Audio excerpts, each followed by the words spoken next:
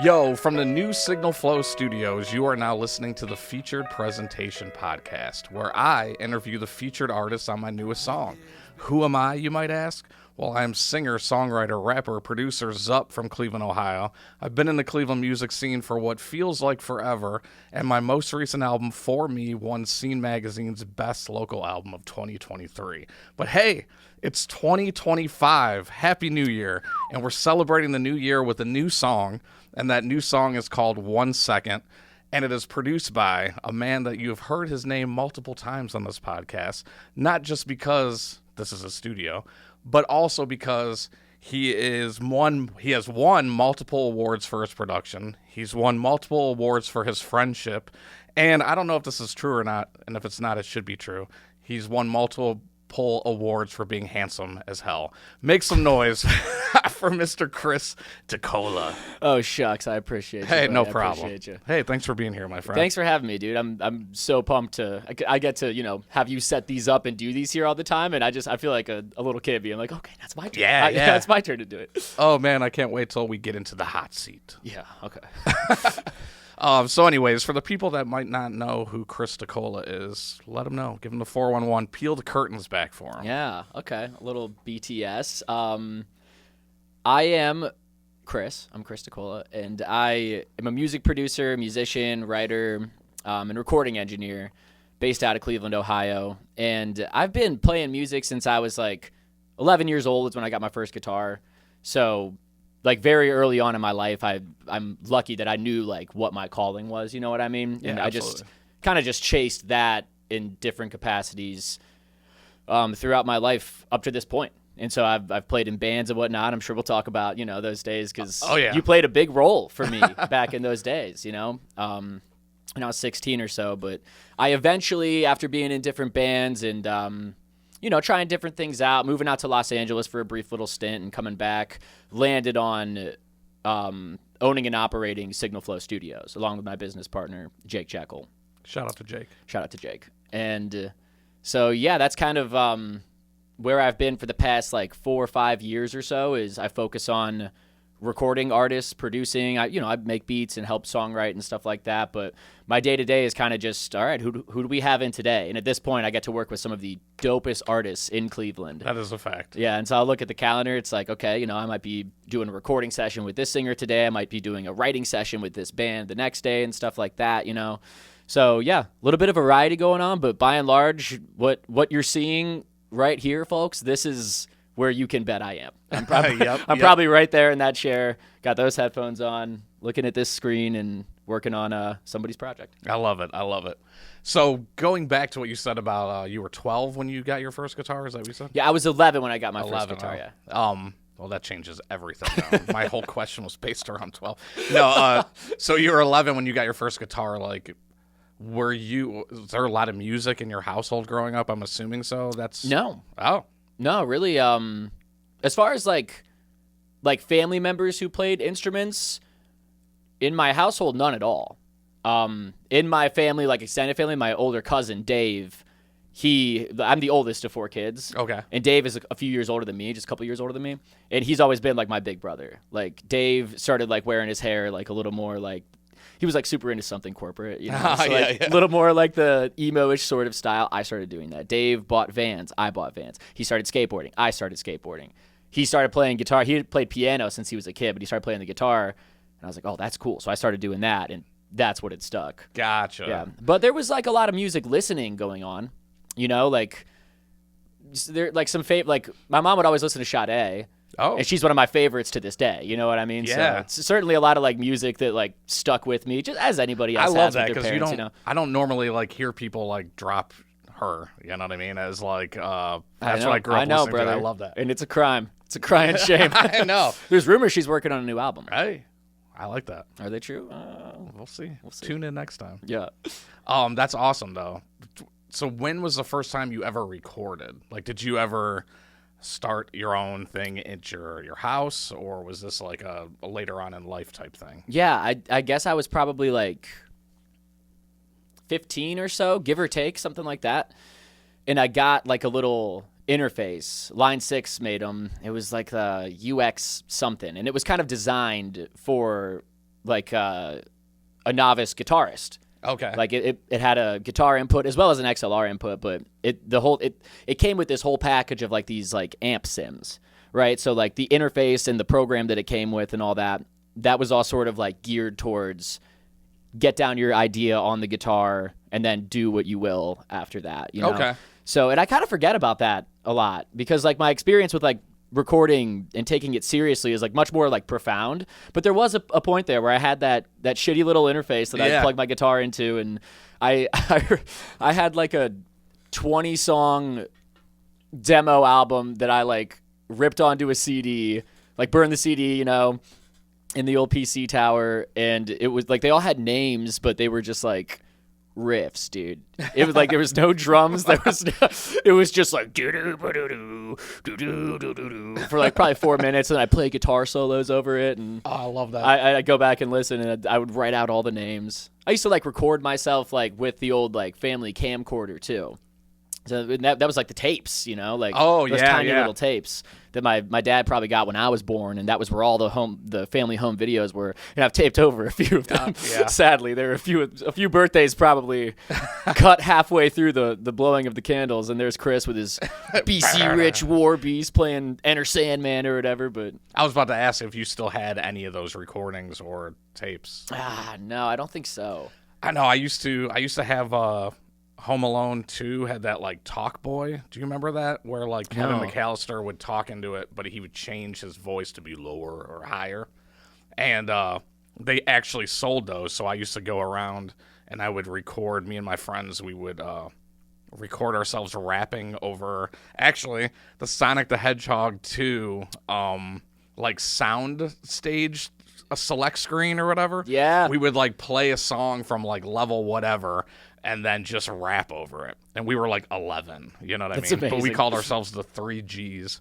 But anyways, I had all these tapes, and sadly they're gone. That I would give so much money to get those back. Dude, yeah. I mean, like that's one of my favorite parts about doing this is like just the time capsule element of it and being able to look back. So I feel your pain on that. Now, this thing, like, it was like a Home Alone 2 toy, but like it had like took tapes, like so you put like a cassette tape in it, then you could like record your voice, but you could change the speed of how you recorded your voice. That's so fun. So you could do it normal, and then you could change it to like up. So when you would do it, it would come playback low or whatever, you know what I mean, and then like playback high. That's an awesome toy. I wonder if you can find those on eBay. Oh, I wonder if they go for a premium nowadays. You know? Yeah, it's like the Talk Boy or something like that. Talk Boy.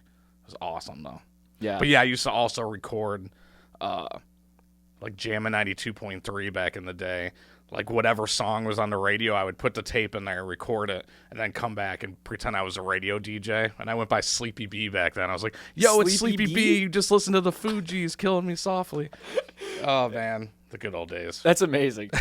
I love the humble beginnings for sure. Yeah. So what got you into I guess we'll talk about this since this is kind of what the song is based on. Like, what got you into producing? Like, what made you really love working with other musicians and kind of helping sculpt their ideas? So my origin of that begins with Toby Raps. I had, like, at the point that I started, like, actually learning how to record and all that, my dad, this is a big part of the story, is that my dad had like kind of a moment in time where he was like bouncing through a couple different like side hustles or hobbies, you might say. Like he got really into freelance writing when I was like junior, senior in high school, something like that. And he was super busy with work and stuff too. So sometimes he would actually have me like write an article for him under cool. his the ghost name of Dave DiCola. It'd actually be Chris DiCola. Happened a couple times, and that was a really cool thing that I got to do with him. But another thing that he got into was doing voiceovers. Oh. And yeah, he put together like a reel, and he tried to freelance that, and he has a good voice for it. He like did one for like Wild Turkey Bourbon. He did like Guild guitars. You know, he tried a couple different products and pitched them and everything. And to do that, he had to get a microphone, an interface, and a copy of Pro Tools is what he got. he kind of moved on from those things. They were just like little side hustle type things that he did. Right. And so that microphone and that interface, they sat in the basement for a little while, and it got to the point where my high school band, the Glow Pop Jiggly Jams, Jake Pastor, our guitar player, and I, we like both got into it together and sort of learned how to use this together. We recorded our like first album in the basement that we practiced at and everything. Shouts out to Jake. He's with us, by the way. Yeah, he's with us. And so he was a big part of that journey as well, learning how to use this stuff. Basically just kind of asked my dad, like, Dad, like, are you using that stuff anymore? Could I have that old microphone or whatever in the basement? He's like, yeah, sure, Christopher, go ahead. So I took Little did he know. So I took that to college with me around the same time we're working on the band's album and all that. And that became my world. Like, I was skipping classes all the time. I lasted 1 year at Cleveland State University. Skipping all the classes. I took up like the challenge of sleeping every other night. Oh. Yeah, and I would stay awake for like 48 hours and I would sleep for like 13 or 14 just in an effort to maximize the amount of time that I was spending on this new love you found. Yes, absolutely. Yeah. I mean, so I ended up going, I'm getting like a little bit out of the production, I guess, but like I ended up going to Tri-C for a year after that. I left that because it was a nice program, the Recording Arts Technologies program. I did that too. Yeah. The RAD program. Yeah. Yeah. I was doing nothing but learning how to produce and like working at a sandwich shop in a pizza place in my spare time. My entire life when I left class was that, you know what I mean? So I was learning the stuff they were teaching me faster than they were teaching it to me. I just didn't care about anything else. And then I also went to a program called the Recording Workshop. It's like a 1.5 long program. I would recommend it to anyone who wants to get into recording or producing. I had people from Nigeria, Germany, Russia in my class. I mean, it's in the middle of Ohio. It's in Chillicothe. Oh, okay. Middle of the woods. They put you up in like a double-wide trailer or a house with a couple other people. You got some roommates. Oh, so you guys, like, you stayed there. That's, like, prime creative collaboration right there. Yeah, dude. And you've got access to, like, these state-of-the-art studios. I mean, they have you record on a reel-to-reel machine, like the real deal, you know? And they bring in bands. I brought my cousin in. I brought Dave in. I was like, hey, like, I know you're working on a song, and we need artists to record at the Recording Workshop. Do you want to come down? He was like, hell yeah. So he came down. Like, you're part of a team. One of my team members was his drummer. I was his guitar player. Here in a state-of-the-art studio, learning how to use all that stuff. That's sick. Yeah, so that was a really, really cool program that I'm glad I did. But by and large, I am self-taught with a lot of this because of that time. Right. You know, just glued to the computer screen. Like, all the songs I made at that time were... it's funny, I was just thinking about that a little bit earlier today. Some of those old songs. I would be, like... whisper singing in the microphone as I'm making those songs because, like, I'm in a dorm room, you know? Oh, yeah. Yeah, and that's all that I did. So I developed Studio 304 in that time. 304 was, of course, the dorm room I was in. And Beautiful. I would put up flyers, like, all over campus. I would go and I would print, you know, Studio 304, I'll record your song for $30 or something like that, you know? And I would get in trouble. Like, they would find me and, like, give me what they call judicial hearings. Why? Because you were, like, promoting another business? Because I was soliciting a business on their property. They didn't want your boy to fly. I guess not. They clipped my wings, man. So I would go, but, like, the disciplinary person, or I don't know what her role was. It wasn't the dean or anything like that, but whatever her role was, like, her office was, like, covered in pictures of, like, her and her family in Puerto Rico. So you just had to, like, ask when the next time she was going to Puerto Rico was, or, like, what'd you do last time you were in Puerto Rico? And right, she'd be like, let me tell you all about it. Like, you could really just, okay, don't worry about this. I'd get away with it, but it got to the point where that's all I was doing. Like, the school wasn't happy about it. There were flyers everywhere, and it eventually led to Ryan Toby entering the dorm room and making a song. Now, he could play the guitar, and so he had written a lot of these songs, like, on the guitar, but he wasn't, like, super proficient at, like, fleshing out the chords and, like, figuring out, okay, this is where the song should change, this is what we should do here. Right. Yeah, and so I offered myself to him, and I was like, dude, that's what I do is play the guitar. So let me, like, record these guitar parts, and then we'll have you sing over them. And some of those songs back then were pretty bare bones like that. Maybe we, like, tapped on the desk or something, and that was, like, the beat. Right. But it was like a rap album, the first thing we did. We needed beats. Yeah. So I had to learn how to do that as we were working on it. And I'll never forget, like, and this is the moment that I believe, like, sealed my, like, friendship, like, cemented the massive role that man would play in my life, was he had a song called Pretenders. If you know, you know. I don't know if can you find Pretenders anywhere? I have it. You still have Pretenders? All right, we have Pretenders. We can, yeah, would you pull that up for us? Pull up Pretenders. It's floating around somewhere, but If not, I have the hard copy. nice. Yeah, we got the hard copy somewhere apparently, but we like we're doing the song, and I was figuring out like how to like program the drums in it, and I'm like, okay, I got drums now. Let me do bass in it. Now let me layer some guitars in it. And then there was a part of the song that we didn't really know what was gonna happen there yet, and I was like, that's like pretty ripe for a guitar solo, dude. Like I think I'm gonna lay down a ripper on this bad boy. And I did all this like in like a night, you know what I mean? Yeah. Like this was just this is the next 12 hours, dude. Let's go. Right. I lay down this guitar solo. I don't know. I get some sleep at some point. I see Toby walking around campus at some point after that, and I'm like, oh, Toby, dude, check it out. So like I was working on the song, and I thought it could be cool with the guitar solo. I don't know if you'll like it or not, but I got to hear it on my phone. Like, tell me what you think. And to kind of paint the picture of him, like when we first met Toby, and I believe I've told this story to you, or James has told it to you, or whatever. James Begin. We walked into an open mic at Cleveland State and saw this guy wearing sweatpants and a blue blazer. He had red hair, like real dandruffy, growing in every which direction. He was singing a song that like was not popular. It was a song he made up. It was like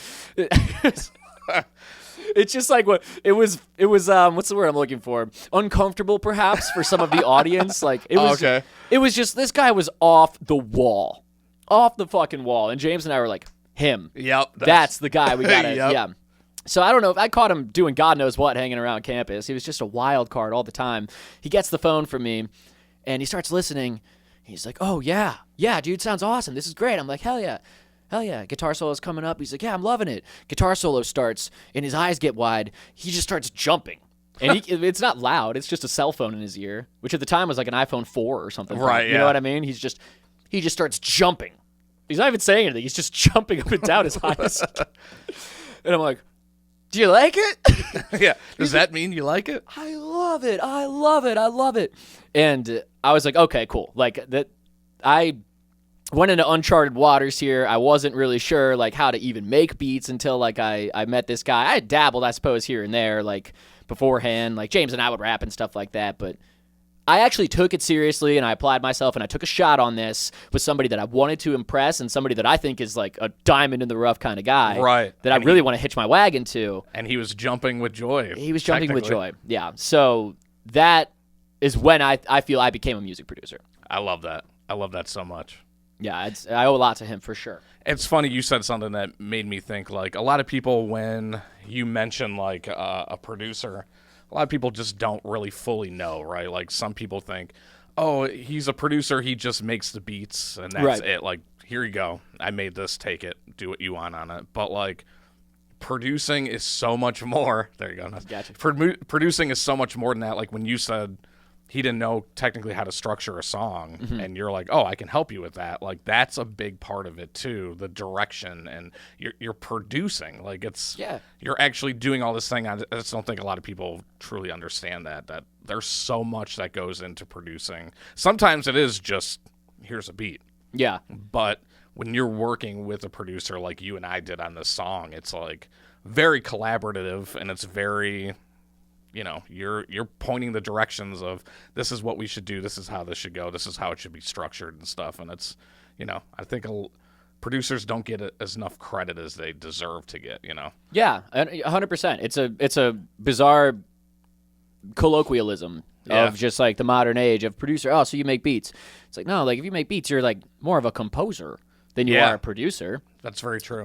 You are a producer in the way that you're determining what sounds we're going to use. That's a massive part of it, is, okay, like we need to do a bass line. Is it going to be a Rickenbacker bass or a Fender bass? Should this be an upright bass? Is it even an electric bass? That's the producer's job. And like historically, who's going to play it was a huge part of the producer's job. Was, okay, I need to get this musician in because this is the musician who's going to make it sound the way it's supposed to sound. Yeah. It's just like the visionary and taking all these ingredients and like mixing them up together and using your resources too, as far as connections and people and stuff like that. And so that's why you very much produced that song as well. I mean, we went through together and it's like, I don't know about this one. I don't know about this tone. Maybe let's change this clap a little bit. Maybe let's change the snare a little bit. I guarantee you, there have been major records done where somebody came into the studio and said something just as simple as that. Let's look at Cowboy Carter. I'm sure that somebody came in for one of the many songs on Cowboy Carter and was like, nah, what if you use a different hi-hat? Okay, yeah, like this? Yeah, that would work. All right, guys, well, I got to, run some errands and all that. That's just an arbitrary example, that specific album, but that person got a producer credit. I'm sure there are a lot of people who got credits just for that one little thing. Right. And not to negate its importance. It's very important. It's super important. Like you said, just even changing a little bit can change the entire song, Totally. Well, cool. Thank you for letting us in on all that. You're coming up, so to speak. Yeah, certainly. So that brings me to how you and I met. Yep. So this was, oh man, how long ago is this now? This was a long time ago. But I must have been 16, so this was 14 years ago? Oh, God. Wow. Roughly 14 years ago? We'll call it 15? Yeah, we'll call it 15. Yeah. But yeah, I met you, and I met the Glow Pop Jiggly Jams, which is the band you were in, the ska band you were in. Yep. Through The Missing and just doing shows in Cleveland and stuff like that. And what was it? Was it just The Missing just threw a show and threw you guys on it type thing?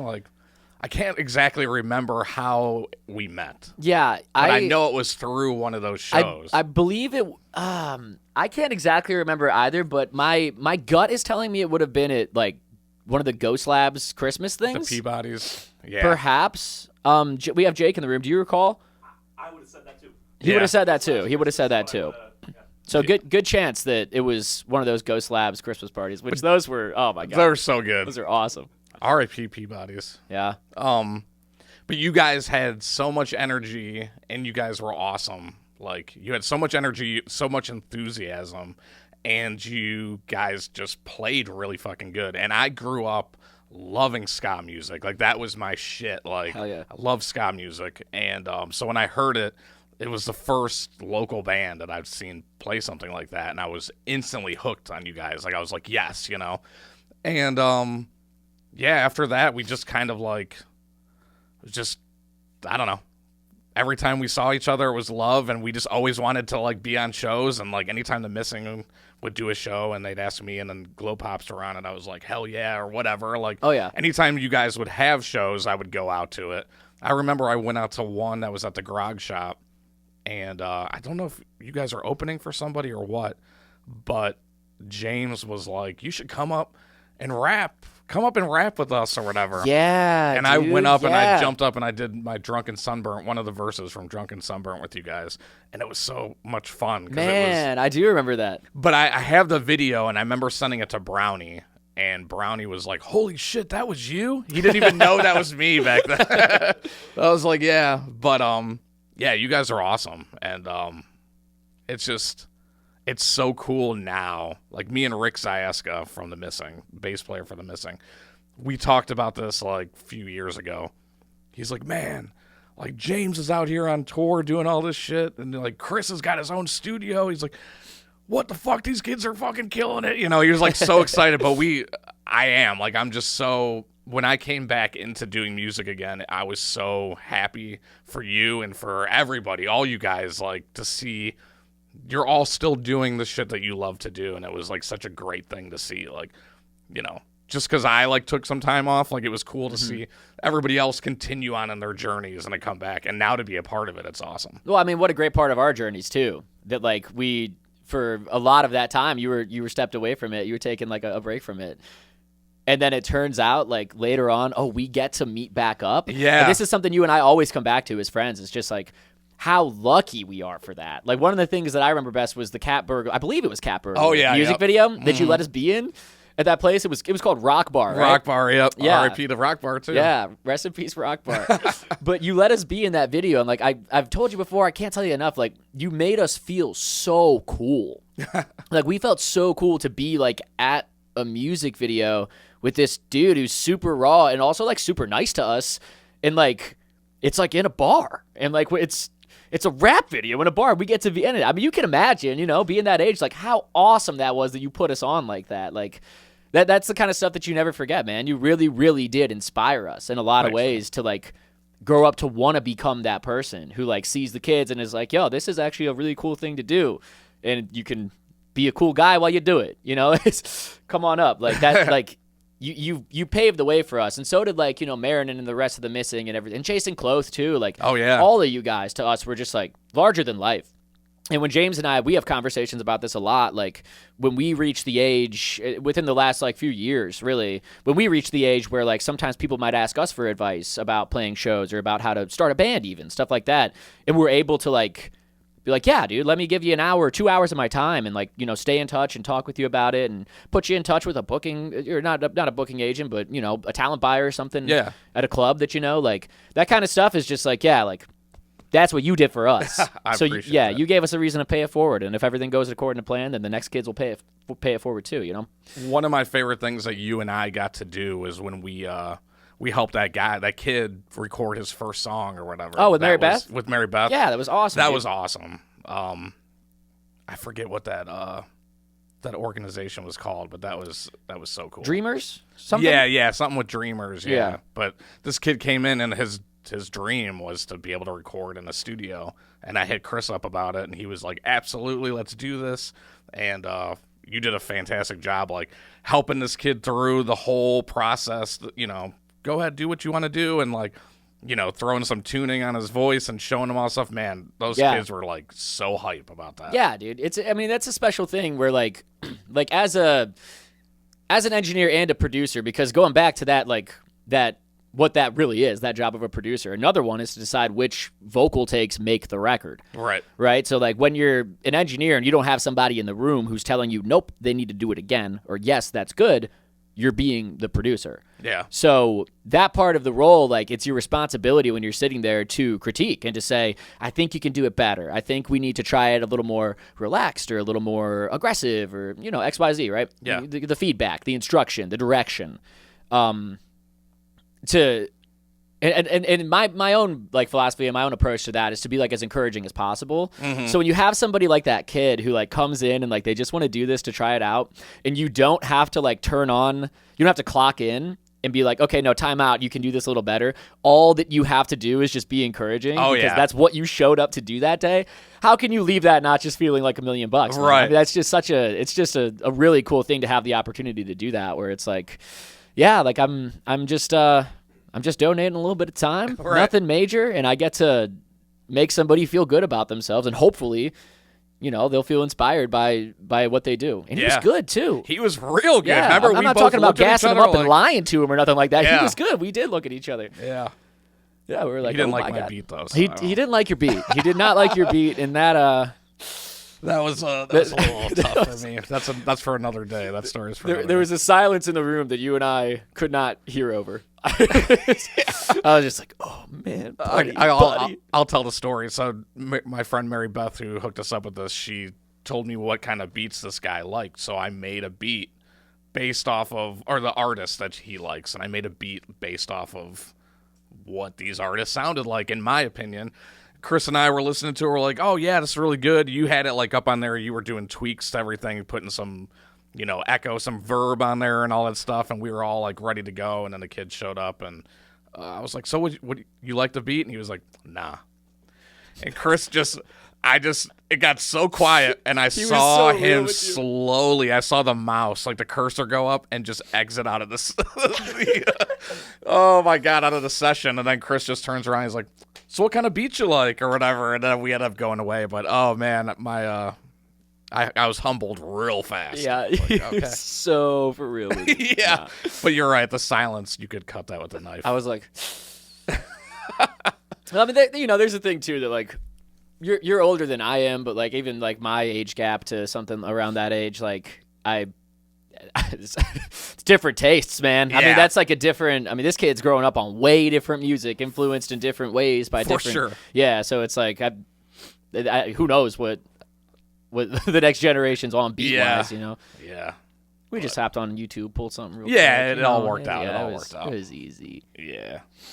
So, All right, well, let's talk about the song that brings us here today. The song is called 1 Second. It's a special one, man. And, man, it came out real good. And a lot of things that you were touching on as far as producing and stuff I want to go back to when we get to that point because you do a fantastic job of, like you said, hey, this take was really good, but I think you can get it here. Like, we had, like, certain things in that song where you're like, we need to get it to this certain place, and I think I came back and we got it. And yeah, it was just like, you do a fantastic job of getting it. Thanks, man. But it's That's like, yeah, part. now I hear it. Like, I understand what you're talking about. But because this is the first song that you and I have worked on together that was collaborative in this aspect. Yes, where we both like built it together. Correct, because Phones of the Beach was something you'd already produced, and Quicksand was something you'd already produced. But this one, we just started from scratch or whatever. So I guess to start the story off, so way back in the day, I used to record. I had this app called 1 Second Every Day.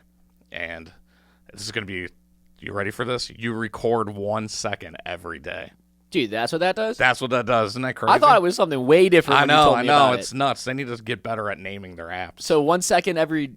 That makes every so much day, sense. yeah, not every week, every day. See, I thought it was like an every week kind of thing. Yeah, it's crazy. Yeah, you would think. Sheesh. But anyway, so I used to do these like way back in the day, and then I would, when the year was over, I would find a song that I liked that was out, and put it on top of the video, and then I would upload it onto Facebook, and Facebook would take it down immediately. Nope, you don't own the rights to this music and stuff. And it used to piss me off every time because I'm like, damn, like this video isn't the same without the music on there, you know, like because I'd watched it a million times. So I had this idea where I was like, I think somebody that I was friends with posted something on Instagram, like their 1 second every day, like sometime a couple years ago. I'm like, man, I should do that again. That was such a good idea. It's just fun to look back on your year or whatever. And then I'm like thinking about it. Oh, what would I do with the songs? They're going to take my shit down again. And then I was like, oh, what if I like wrote my own song that kind of went along with it or whatever? So I've come to you with a few different ideas that I've had. And I think I came to you in a studio session. I was like, I got this wild idea. Like, tell me what you think about it. I got this app. I explained the whole thing to you. And I'm like, but I want to do a song that would go with the entire year in review. The problem is that's going to be like 6 minutes long or whatever the case is. And you were like, hell yeah, let's do this shit. Like, this is great idea, whatever. So we, at that point though, I think I had already been recording because I brought that idea up to you last year, right? I didn't bring it up to you like prior to that, right? I don't remember. No, it was last year. It was last year. Okay. Yeah. So that at that point I was already probably like 5 months deep in recording that. Yeah, I believe that you had already gotten a few months of it. Yeah. You're right, because I think I showed you. I'm like, this is what it looks like. That's right, yeah. There was like a preview. Yeah, yep. So, yeah, it's just a wild idea. This could work. This could be real bad. But we'll see. We'll try it. I love throwing shit up against the wall and seeing what sticks. Mm-hmm. And so, yeah, I came to you with that. And I had this, like, original idea, like, well, why don't we do it, like, I have this idea, this, like, pop song that's, like, super fast. The whole plan, though, from the get-go was 120 beats per minute. Yes, had to be. Because we wanted it to, every time a kick hit or a snare hit, it was 1 second.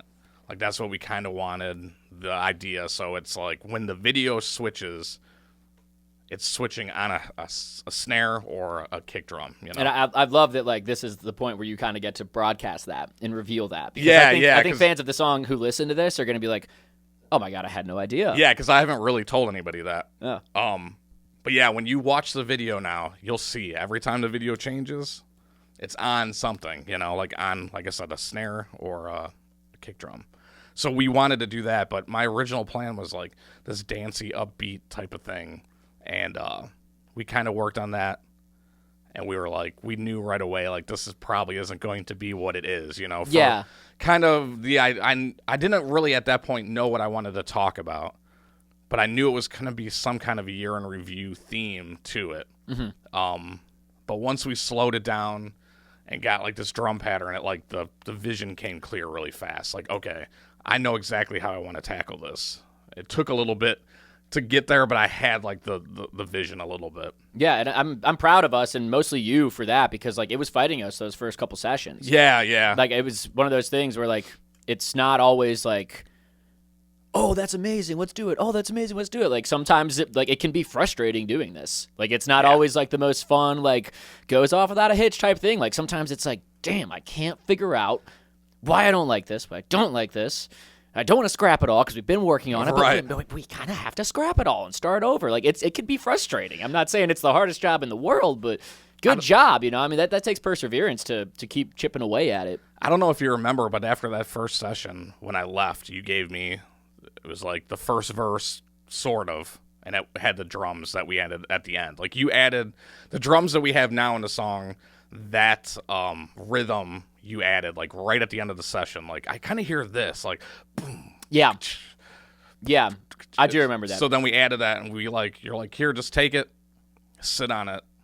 Well, let me know how you feel, So there was like that little bit of time where we weren't even sure if we were going to use it, and I was like, no, I can write to this. This is what it is. And I think the next session I came in with that first verse written. Mm-hmm. But if you want to tell the listeners and viewers how our first session went, like the very first session with the weather outside and how that whole thing went. Oh, dude. Well, was that the very first one? I thought it was. Maybe it wasn't. I guess my question is that main guitar loop, that starts off the song. Yeah. Was it always going to be that? I think so. Okay. Because originally it was that, but it was the faster drums. Got you. Okay. Then that definitely was the first session, because I remember like during that time, like sitting down on the floor, Indian style, like kind of figuring out that guitar part. Yep. But we realized during that first session, ZuP and I, that like we both have quite an affinity for the weather. We both greatly enjoy watching the skies, observing a storm. Tornadoes get us very excited. Oh, yeah. And this was Cleveland had a pretty stormy summer in 2024. Kind of did in 23, too. 23, there was also like a tornado warning, maybe one that got close to downtown. Yeah, oh, yeah. Yeah, because Kate and I were living in Ohio City at the time. But last year, there was that tornado that was reported to have like touched down in Parma, I believe, right? And the old studio was in the Steel Yard, so pretty close to like central and downtown Cleveland. Also not too far from Parma. And we got the tornado warnings on our phones, and neither of us were like, oh, man, like...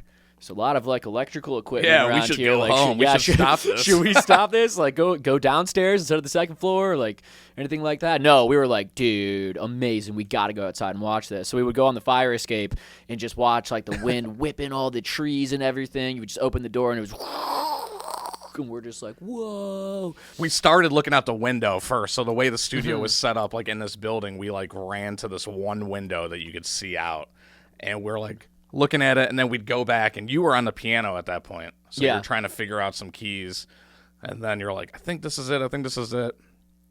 Should we go look at the window again? And we're like, yeah. Then we go back out and look at the window, and then I think once you got the beginning guitar lick down, that's when we were like, let's go on that fire escape. And we went on the fire escape, and actually, I don't know where it is in the song, but if you watch the 1 second video, there is a video of Chris hanging off the fire escape looking up at the clouds.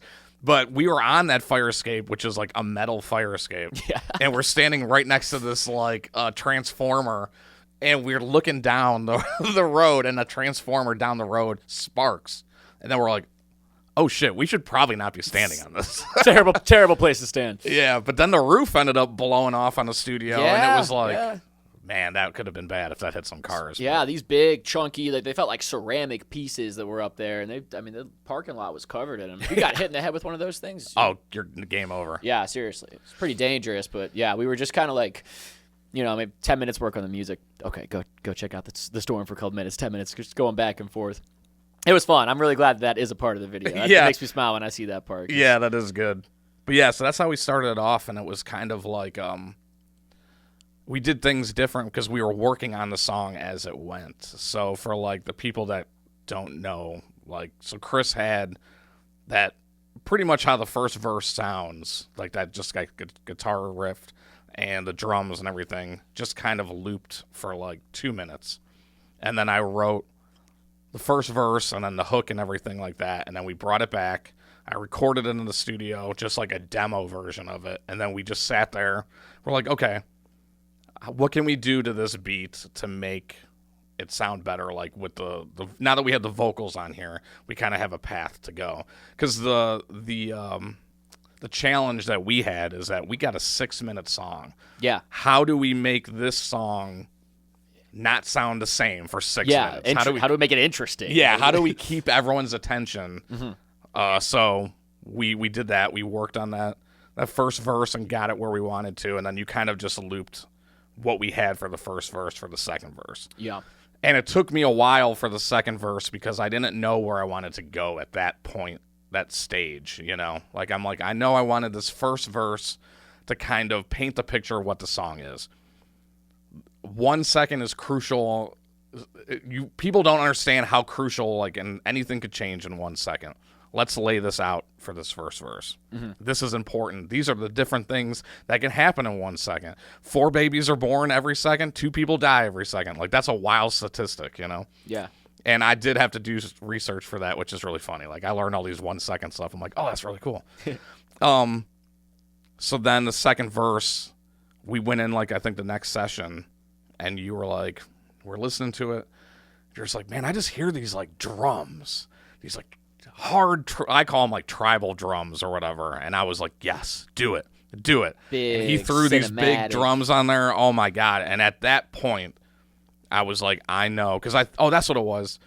I originally wanted to sing on that second verse. You remember that? I was like, I'm just going to sing. I'll figure out what I'm going to sing about. But as soon as I heard those drums, I'm like, no. This needs to be emotional. There needs to be some kind of, like, deep meaning to this second verse that I wanted to tackle, you know? And then I think you moved studios. I think then you came here because I didn't record the second verse till I was here. This song was recorded at 2 different studios. Yeah, and it took like 6 months to record. Yeah. A part of that was my fault because I would come into the session like to do it, and then I was like, this goes back to you talking about voiceovers. So I came in the studio, I'm like, I got a real crazy thing I want to do. I'm like, we had a show coming up in October. It was a Halloween show, and it was like themed for aliens. And I told Chris, I'm like, today, what would you feel about doing a voiceover for this like alien intro thing? And you were all about it. Yeah. We just spent the whole session doing that. I remember feeling like substitute teacher. The projector just came in or whatever, or the TV on the cart came in. We're gonna watch a movie. She's like, yeah, just take a little break. Just do something else, you know. And I should have totally been working on that song. And I think the next thing too, I think we came here and I recorded another thing. I'm like, I just got to do something like different. But sometimes that's the process, you know. Was it Passenger Princess maybe? No, it was the one song we haven't finished yet. I just recorded like a second verse to it. Oh, yeah. You'll know about that in a couple months. Yeah, stay tuned. But I was like, yeah, I just need to do something fun, you know. Because it does get heavy when you're trying to write certain things, you know what I mean? Yeah, 100%. But I guess before I go into the second verse, was there anything else you wanted to add about the stuff I was talking about?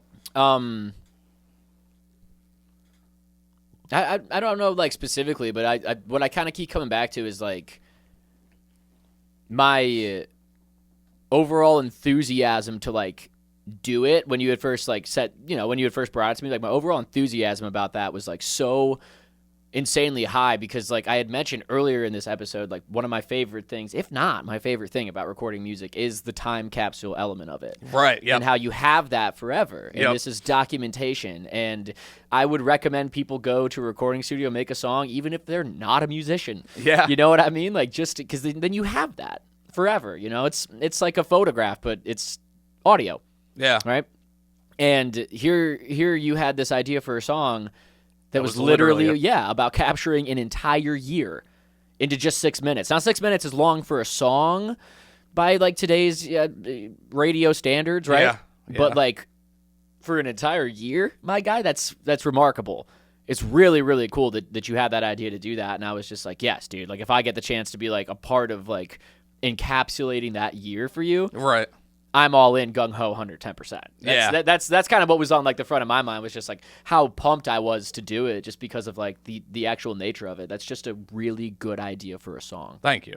And we had that conversation, too, that I was kind of worried about being too specific about things with the year. Remember, like I was like, yeah, I had the idea. I came to you of second verse, talk about somebody that I know that had a terrible year because I had a great year, and also kind of put a spotlight on the fact that, like, this person had a terrible year, but they were so incredible that year, they should forget how terrible that year was, you know what I mean? Mm-hmm. And then I was like, I wanted to talk about my year, but it was great, but I'm like, do I get too specific? Do I talk about these things and this things? And you really put it in perspective of, like, it doesn't matter. It's your song. Like, if you want to say certain things, you can.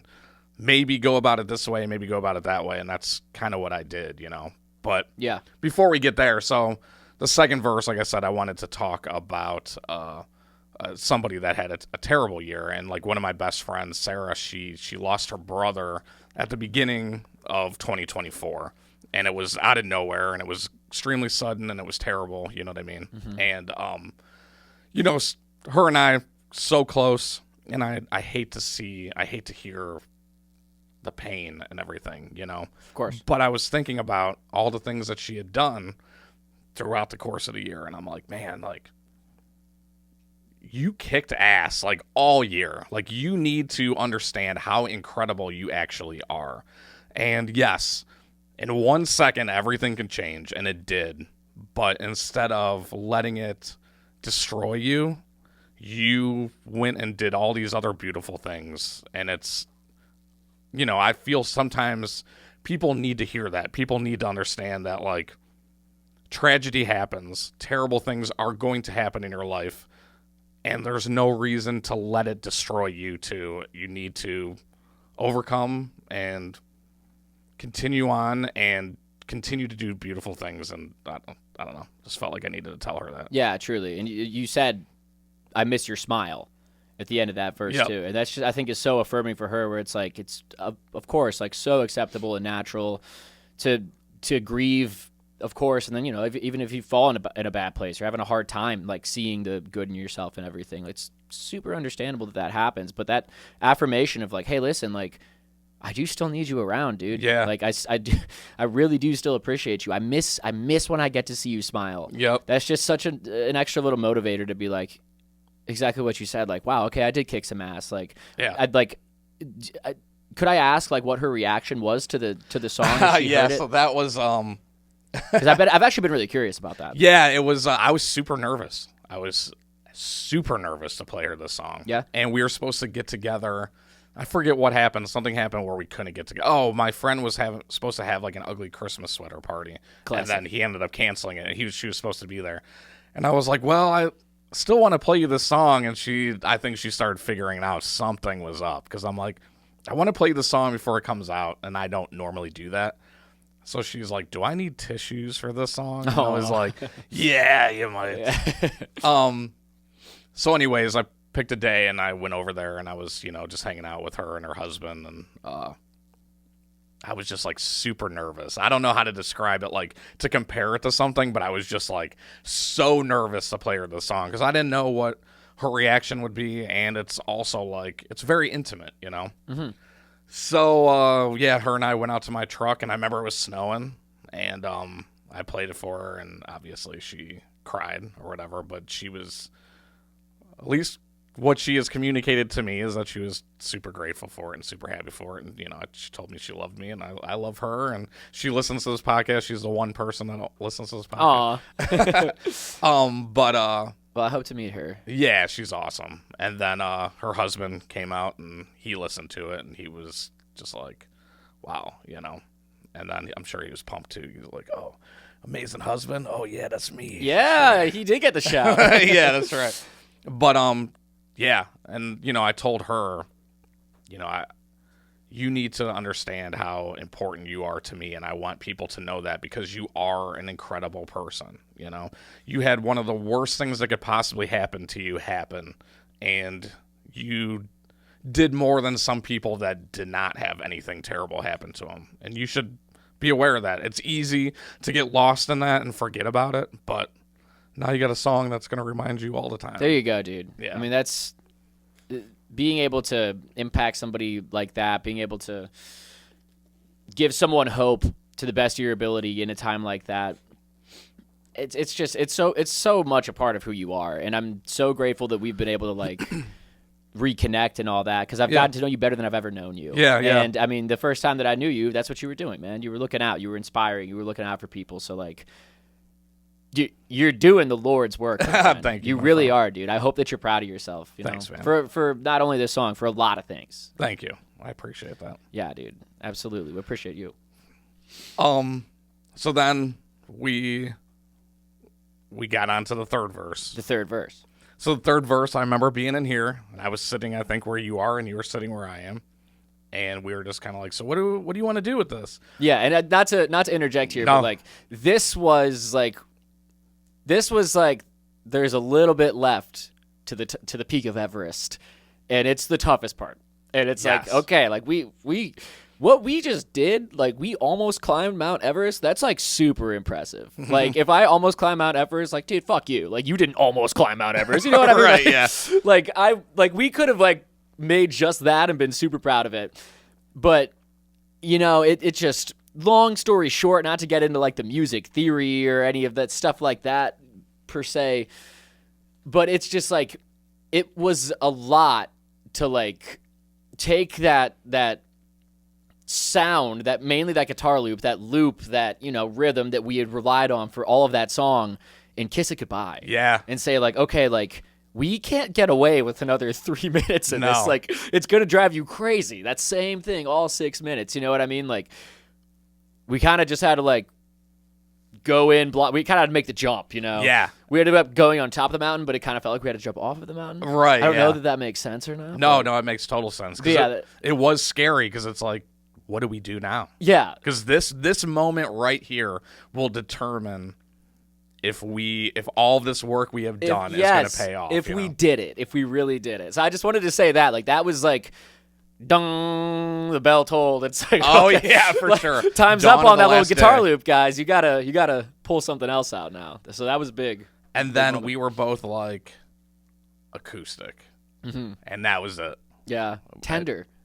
You went in there, you started playing it out here, and you were just like, I was like, that's it right there. And you went in there, recorded it, and then it was like, you know how like, well, just like creating music, you know, you laid the one thing down, that foundation, and it's so easy to build off of it. Like the ideas just keep spreading and sprouting, and it's like, you know, that's what it felt like. Once you put those acoustic guitars down, you're over here, you got that guitar, you got the bass, you know what I mean? Like it was just like boom, boom, boom, boom, boom. What if we try this? What if we try this? What if we try this? And it just kept growing into this incredible thing.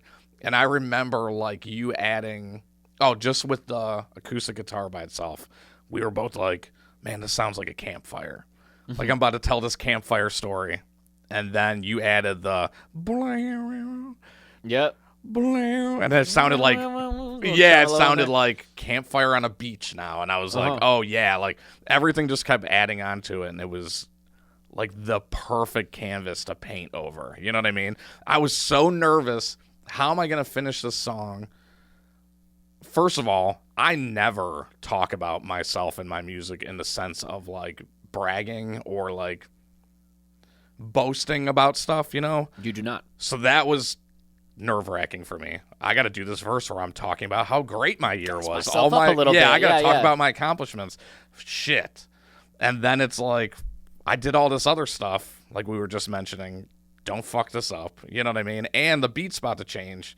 Oh boy. It was like all these things. And then once you started doing that, I was like, I know what's going on.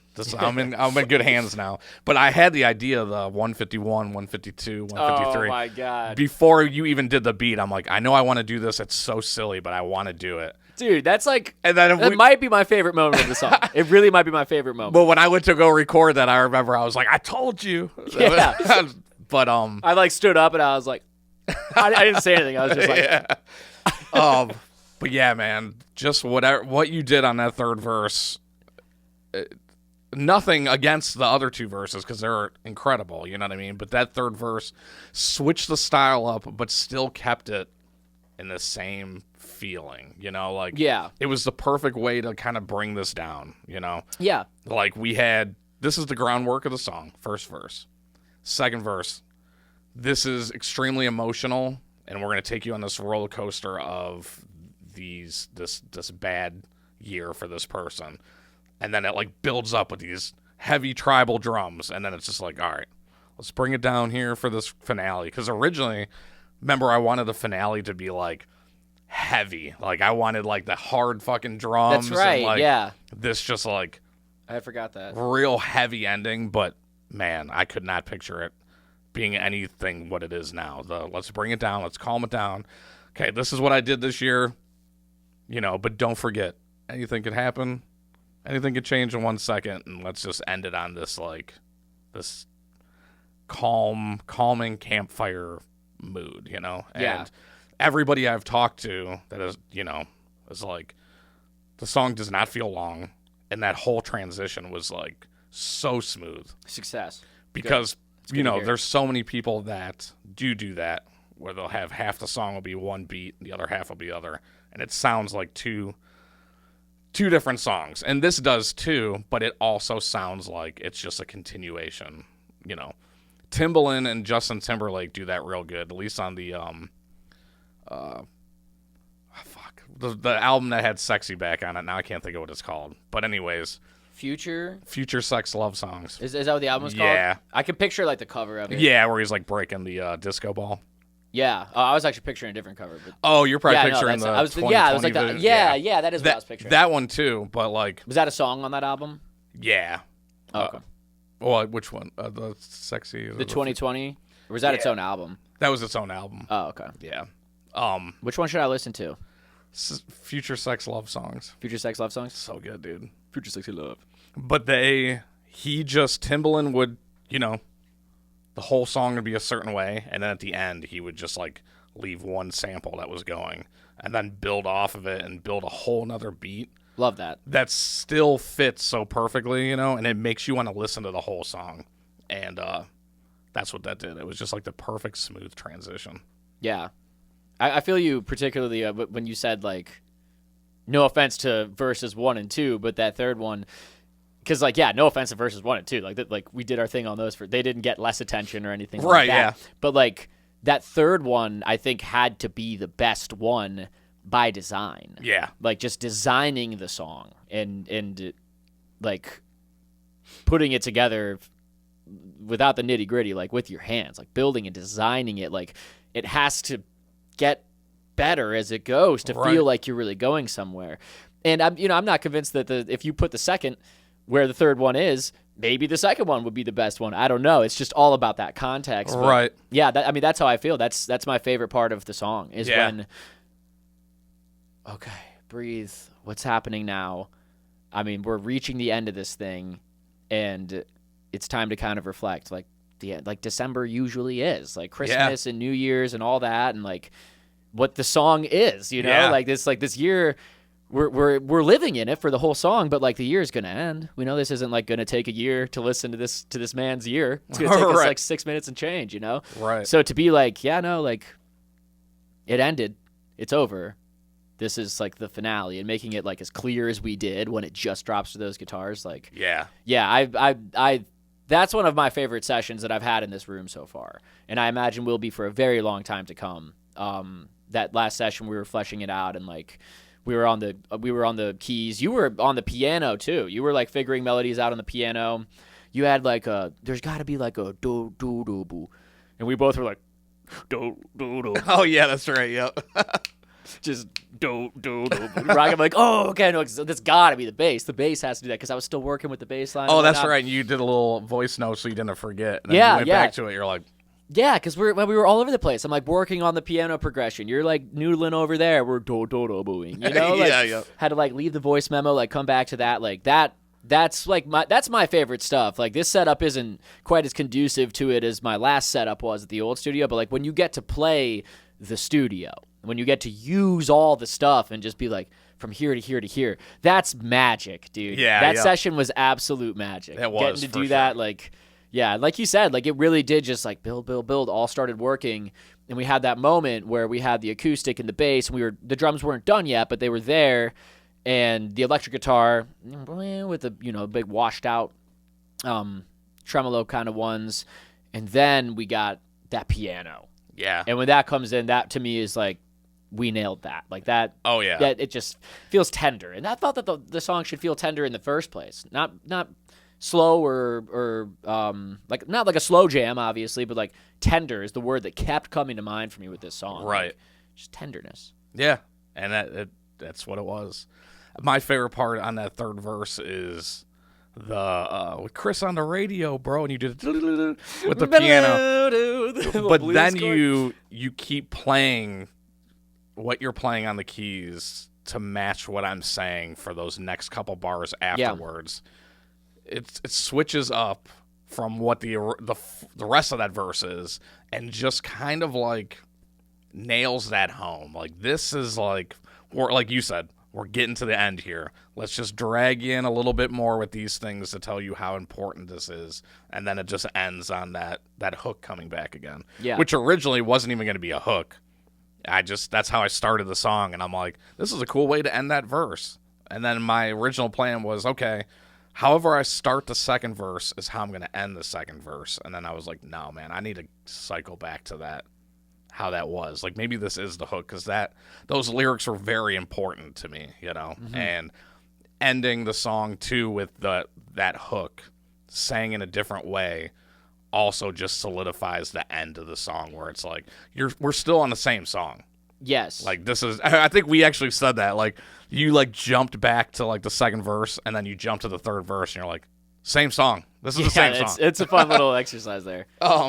But yeah, it was just kind of like, in case you thought Spotify put you to a different song, like, no, we're still on the same song. Like, we're wrapping it up. It's so great, man. I think one of the unsung heroes of like the effectiveness of that final hook is what you said, where you did sing it a bit differently. Can I change it 1 second, 1 second? Yeah. When you went to that 1 second. Yep. Like, you hadn't yet heard the melody like that. You had altered the melody in that way that just you can picture you just like shaking your head with a soft smile on your face. You can picture it. I've told you this. This is like, if I can picture it happening, I'm jazzed on it, and you're doing a good job. Yeah. And like, all else be damned. If like you just made me feel as we're working on this, like, oh, dude, I'm at the concert. Like, I see that happening on stage in front of me. I see you standing there, hands in your pockets. Oh, I'll change it 1 second, 1 second. Not like a happy smile, just like a worn smile. Like, right, like things. This is like, you're not.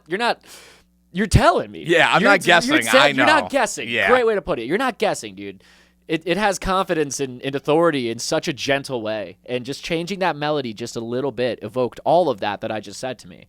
I think that's the unsung hero of like how effective that final hook is. Just that little change. And I remember when you did it, I believe, I could be wrong, but if I remember correctly, like, you weren't sold on it being that. Yeah, no, you were like, this is what it needs to be. Yeah, you blew me away with it. Those couple little notes. I was like, dude, sing that like 3-4 times. You did it. Yeah, that's literally what you did. Yep. And that goes back to me circling what I said when you were talking about the different ways of producing, and you telling me stuff like that. Like, that's what makes a good producer and engineer too. Like, you can hear what this is going to be in your head. Like, you have the vision for this, and it's like, no, if you stick with this path, you're going to reach that vision. Like, I'm telling you, do it this way, try it this way. Yeah. And I appreciate that. Yeah, no, you're fantastic with that. And I have mentioned that on this podcast with a couple people, like I think with Shannon and I think Lil Bird too. But you do a fantastic job of making people feel comfortable in the booth. I mean, like, anytime I go to record with Chris, like the beginning of the session, like I get in the booth and I'm like, he's like, you all good? And I'm like, yep, let's do this. He'll say, run through it once so I can get your levels. But then he'll always be like, hey, man, so glad to have you back and stuff like that. And that, man, that's great. I love that. I love you for that. I'm glad that. And I know it's such a little thing, but it makes a huge difference. It gets it pumps you up, and it gets the confidence going and stuff like that. And, I appreciate honesty, and I don't want to I'm trusting you to hear what I'm doing and make sure that it's not trash. And for you to be like, I think you could do that bar a little bit better. Try it this way. A song that is unreleased that you and I have worked on. I remember you told me how I was singing the hook. You're like, why don't you sing it like this? And you were da-da-da-da-da-da. And I was like, oh, I never thought about that. And I did it that way. And that's how we ended up keeping it. Like that is so crucial. And so it's perfect. I love it. So thank you. Thank you for your guidance and your, just being extremely talented at what you do. Well, back at you. And a couple of things about that, like just making sure that like people feel comfortable with it. Like I look around when I've got an artist in the studio, and I really do try to do this every day. I try to practice gratitude. Like I'm a disciple of gratitude. Maybe not the best disciple ever, but like I try to remain a disciple of it, And I look around and I'm like, so we're in this studio that I run with my friends. The artists that I work with are like some of the nicest people, and they're making some of the best music in the city that I came up in the city that I love. Yeah. And this is like my job. Yeah. This is like what we're doing today. This is fucking awesome. That's what me and Rick Zieska were talking about, dude, baby. Like, you're living the dream. Like this is so cool. Yeah. And you can't be on cloud nine every day. There are bad days. Everyone has bad days, of course. But even on the bad days, it's like, dude, this is cool, and it's not hard to remember that. Right. And being able to have that feeling is just something I can't imagine not sharing. Yeah. That's why I'm so jazzed. I'm like, all right, welcome back to Signal Flow Studios. You are live from the top. Like, I know I'm like kind of goofing around or whatever, but like, I also mean it. It's like, like this is so cool that we get to do this with each other that like, I don't know who I'd be if I just kept that to myself, and I really do try to make sure that people understand that it's like a lot of people really, really would kill to be able to do this. Yeah. Like the world over. You know what I mean? And then, the other thing about it with like, what you had said about that last hook of the song is like, I'd say like probably 95% of the time, like when I'm giving people the feedback and we're rolling up our sleeves and we're in the trenches of the song, figuring out the nitty gritty and stuff like that. That's kind of like 95% of it is just like making the best like decisions that I can, like based on like my vision for it. Yes. But also just like my expertise and just my knowledge of like, how things interact with one another sonically. Like it gets a bit technical at that stage, but like there is a 5% where like I'll hear something such as like the way you sang that, and it puts me on my feet, and like the trusting myself and thinking back to, things I've learned and whatnot is just out the window. And it's like, no, I know that's good. Not because of this or that or this. Right. Look at me. I stood up. Right, yeah. Like that's something that I like try to tell people, or like in an interview or two that I've done, I've mentioned like it's not a prerequisite, it's not required, but I would maybe venture to say that like if what you're working on musically in the room isn't eliciting a response from yourself or from somebody else in it, it might not be great. Right. And that doesn't necessarily mean like jumping up and down like Toby in the street with a guitar solo. Sometimes that's just like bowing your head and sinking your shoulders a bit, but like a physical response.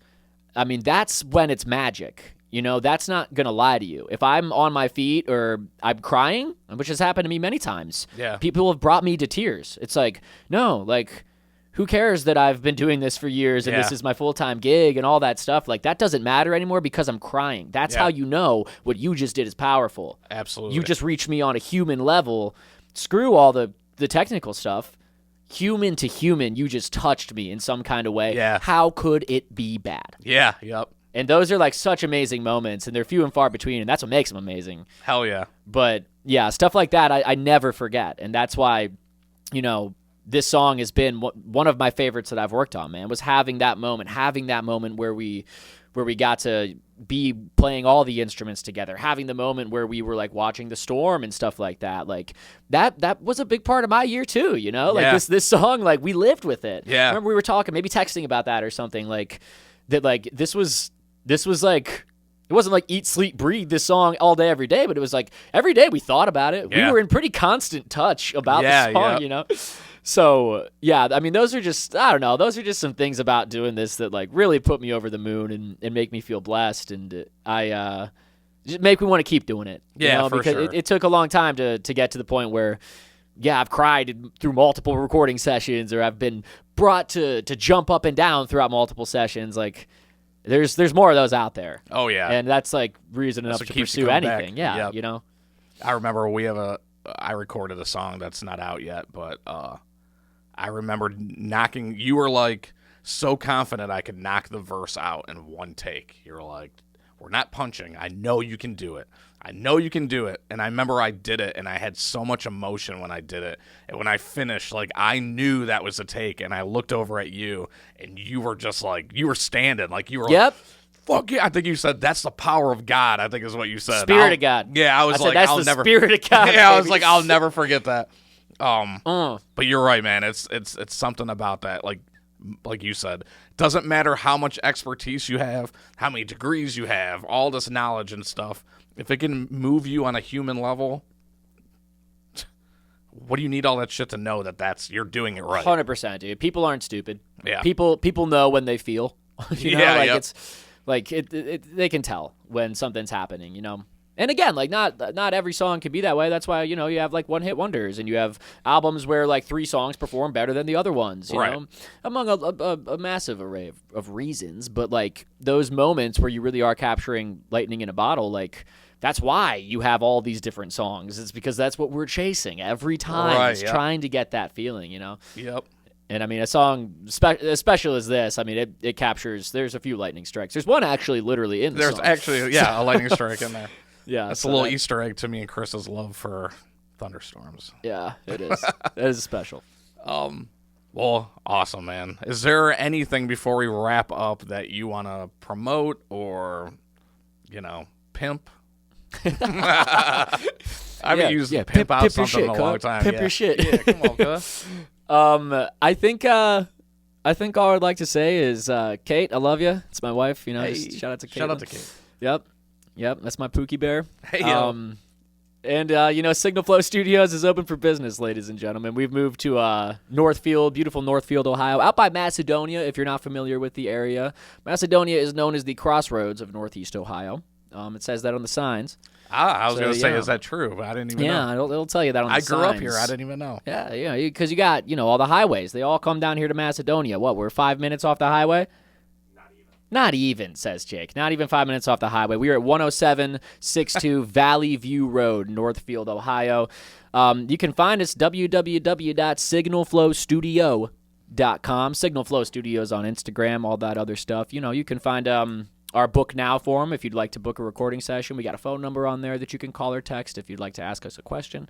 And I will be here, and I greatly look forward to meeting with you and capturing your lightning in a bottle. Hell yeah. And what about you? Are you working on anything, any projects, like, for you personally, like, that you're involved in that you... Yeah, I am working on one. I'm working on a beat tape right now. Oh. Yeah, just a little something that I'm throwing together.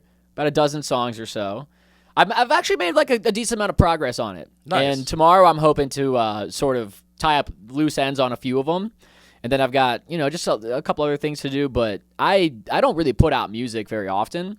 I collaborate with artists a lot. And so you'll see like on my Spotify page is like all, you know, songs that I produced and wrote with the artist that sings or performs on it typically. But yeah, I just want to kind of like make a couple really cool productions, a couple instrumentals that are all fairly short and just not think hard about it. Yeah. And I'm doing a little more sampling than I normally would. Ooh. And so I'm giving myself a chance to kind of get creative with like chopping things up and choosing things that I wouldn't normally choose. Yeah. You I know, love that. yeah, just letting the sounds just like take me somewhere different instead of just like the typical mode that I get into as soon as I sit down in front of the computer. So right. Hopefully I'll have some more on that pretty soon. It'd be a nice little project, just see how it sounds. Be nice to freestyle too, or nice I was about to say, clean the house too or something. Yeah, I love instrumental stuff for those reasons. Sometimes I just like to not hear lyrics and just listen to stuff, but that's mostly me being a musician that wants to just like start rapping or singing in my car while I'm listening to it, you know.